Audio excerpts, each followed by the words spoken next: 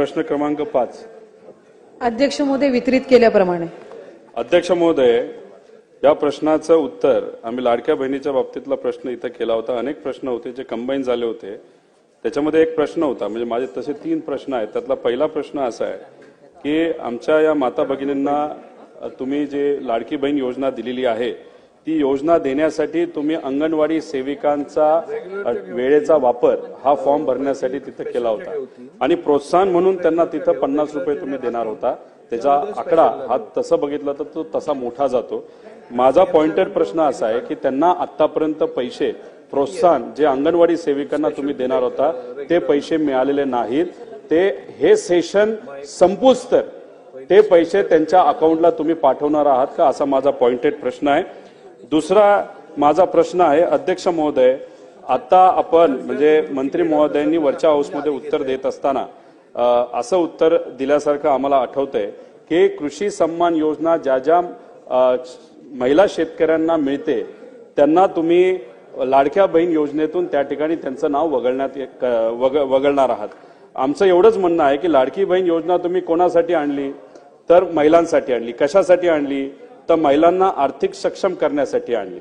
आता याच्यामध्ये केंद्र सरकार ही कृषी सन्मान योजना का देते तर शेतकऱ्यांना अनेक अडचणी असतात. सोयाबीनचे भाव टिकत नाहीत, तिथं फर्टिलायझरचे भाव वाढलेले आहेत, खर्च परवडत नाही, म्हणून शेतकऱ्याला सक्षम करण्यासाठी तो पैसा तिथं दिला जातो. तर आमचं मत असं आहे की हे 2 योजना मिक्स न करता तुम्ही जी योजना लाडक्या बहिणीसाठी दिलेली आहे, कारण का इलेक्शनच्या काळामध्ये या महिलांना ज्यांना अध्यक्ष महोदय महत्वाचा आहे, कृषी सन्मान योजना ज्यांना दिली जात होती तो आकडा तुमच्याकडे असताना त्यांची नावं असताना सुद्धा अशा 20 ते 25 लाख महिलांना तुम्ही ही लाडकी बहीण योजना दिली.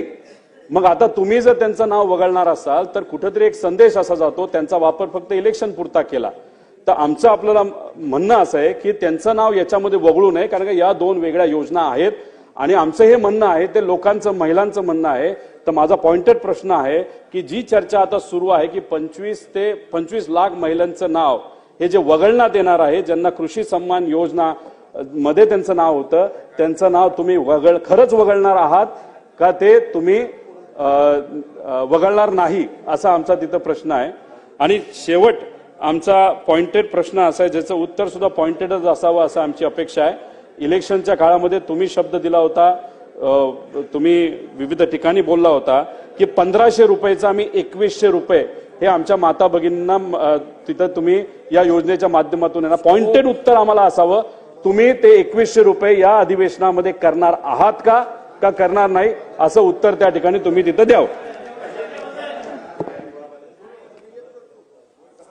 अध्यक्ष महोदय, पहिला प्रश्न जो सन्माननीय सदस्य रोहितजींनी या ठिकाणी विचारला, आम्ही ज्या वेळेला मुख्यमंत्री माझी लाडकी बहीण ही योजना घोषित केली त्यावेळेला अंगणवाडी सेविका ज्या पात्र लाभार्थ्यांचे फॉर्म भरतील त्यांना त्या ठिकाणी या संदर्भातले इन्सेंटिव्ह हे देण्यात येईल अशा पद्धतीची घोषणा केलेली होती. तरतूद ही त्या योजनेच्या अंतर्गत केली आणि जवळपास 31 कोटीपेक्षा अधिक जी इन्सेंटिव्हची रक्कम आहे ही प्रत्येक जिल्ह्याच्या महिला कार्यक्रम बालविकासचे जे जिल्हा कार्यक्रम अधिकारी आहेत त्यांच्या इथं जमा केलेली आहे आणि जवळपास 26 जिल्ह्यांपेक्षा अधिक त्या ठिकाणी जिल्ह्यांमधल्या ज्या अंगणवाडी सेविका आहेत यांच्या खात्यामध्ये ती जमा होण्याची सुरुवात सुद्धा झालेली आहे.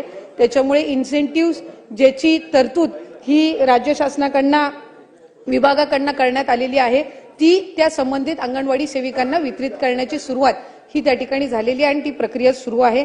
या व्यतिरिक्त जो त्यांनी प्रश्न विचारला तो कृषी विभागाच्या नमो शेतकरी योजनेच्या संदर्भामध्ये आपण विचारला असेल. ज्या वेळेला लाडकी बहीण योजनेचा शासन निर्णय निर्गमित करण्यात आला त्यावेळेला त्या शासन निर्णयामध्येच नमूद केलेलं आहे की शासनाच्या ज्या वेगवेगळ्या योजना आहेत आणि ज्याचा लाभ हा माता भगिनी किंवा लाभार्थी घेत आहेत याच्यामध्ये 1500 किंवा 1500च्या अधिक ज्या योजनेचा लाभ, ज्या रकमेचा लाभ जर ती लाडकी बहीण घेत असेल तर ती या योजनेमध्ये पात्र होणार नाही. एक नमो शेतकरी योजना जी आहे याच्यामध्ये त्या ज्या महिला आहेत माता भगिनी आहेत यांना 1000 रुपयाचा लाभ मिळत असतो. त्याची जी वरची 500ची कॅपिंग आहे म्हणजे ती शासन निर्णयामध्ये सुरुवातीच्या नमूद केलेली आहे की किमान 1500चा लाभ हा शासनाचा प्रत्येक लाडक्या बहिणीपर्यंत पोहोचला पाहिजे आणि त्यानुसार नमो शेतकरी योजनेच्या ज्या लाभार्थी आहेत या साधारणपणे 5.5 ते 6 लाख आहेत. त्यांना या योजनेतून वगळण्यात आलेलं नाहीये. फक्त त्यांना 1000 रुपये हे नमो शेतकरी योजनेतून मिळतात आणि वरचे 500 जे आहेत हे आपल्या लाडक्या बहीण योजनेच्या माध्यमातून मिळत असतात. त्याच्यामुळे त्या संदर्भातलं कुठलंही वगळण्यात आलेलं नाही. 20-25 लाखचा जो आकडा आहे हा माध्यमांकडून किंवा अशाच पद्धतीनं अफवांच्या इथून आलेला आहे. हा कुठलाही आमच्या विभागाने किंवा शासनाकडून आजपर्यंत तशा पद्धतीचा आकडा काही दिलेला नाही. वरुण अध्यक्ष महोदय माझे रोहितजी मी विचारतो तेच विचारतोय. अध्यक्ष महोदय माझे अध्यक्ष ठीक आहे, अध्यक्ष महोदय त्यांना बोलू दे, अध्यक्ष बोला. महोदय माझे 3 स्पेसिफिक प्रश्न मंत्री महोदय यांना आहेत. अहो तेच देतील ना, मी तेच विचारतो ना विचारतायत, परत. 2100च विचारतायत, त्यांना संधी तर द्या. अहो मला बोलू द्या ना. आता सगळे प्रश्न तुम्हीच विचारणार, त्यांना माझे एक संधी 3 स्पेसिफिक प्रश्न आहेत. निवडणुकीच्या पूर्वी जेव्हा माझी लाडकी बहीण योजना जाहीर केली तेव्हा त्यावेळी किती लाभार्थी आपण होते. त्यानंतर निवडणुकीच्या नंतर जेव्हा सगळे निकष लावण्यात आले, घरात गाडी असेल, दुसरी योजना मिळत असेल, त्यामुळे एक्झॅक्ट आकडा किती आहे, किती लाडक्या बहिणींना अपात्र करण्यात आलं, ज्यांना आधी योजनेचा लाभ मिळत होता आता मिळत नाहीये. आणि तिसरा स्पेसिफिक प्रश्न, सरकारने सांगितल्याप्रमाणे महायुतीच्या वचननामात असल्याप्रमाणे मंत्री महोदयांनी कृपया आम्हाला सांगावं की लाडक्या बहीण योजनेचे 2100 रुपये आपण देणार की नाही, येस ऑर नो. अध्यक्ष महोदय, आपल्या माध्यमातून मला सभागृहाला त्या ठिकाणी नमूद करायचंय की ऑक्टोबर 2024 मध्ये ज्या वेळेला आचारसंहितेच्या आधीचा लाभ वितरित करण्यात आला होता त्या लाभार्थ्यांची संख्या 2,33,64,000 सुमारे इतकी होती.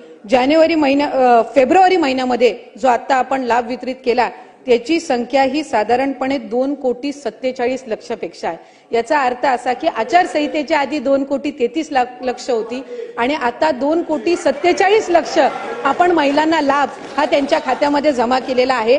आणि 2100च्या संदर्भातला जो निर्णय आहे, महायुतीच्या सरकारने ही महत्वाकांक्षी योजना आणलेली आहे आणि महिलांना 1500चा लाभ वितरित करणारे महायुतीचं सरकार हे एकमेव सरकार आहे. त्याच्यामुळे त्यांच्या आयुष्यामध्ये हा जो आनंद आहे हा अशाच पद्धतीने ही योजना राहणार आहे. आणि 2100च्या संदर्भातला योग्य तो निर्णय आमचे मुख्यमंत्री देवेंद्र फडणवीस साहेब आणि दोन्ही उपमुख्यमंत्री योग्य वेळी घेतील. लाडक्या बहिणींची फसवणूक होणार नाही ही दक्षता निश्चितपणाने महायुतीचं सरकार घेईल. पुढे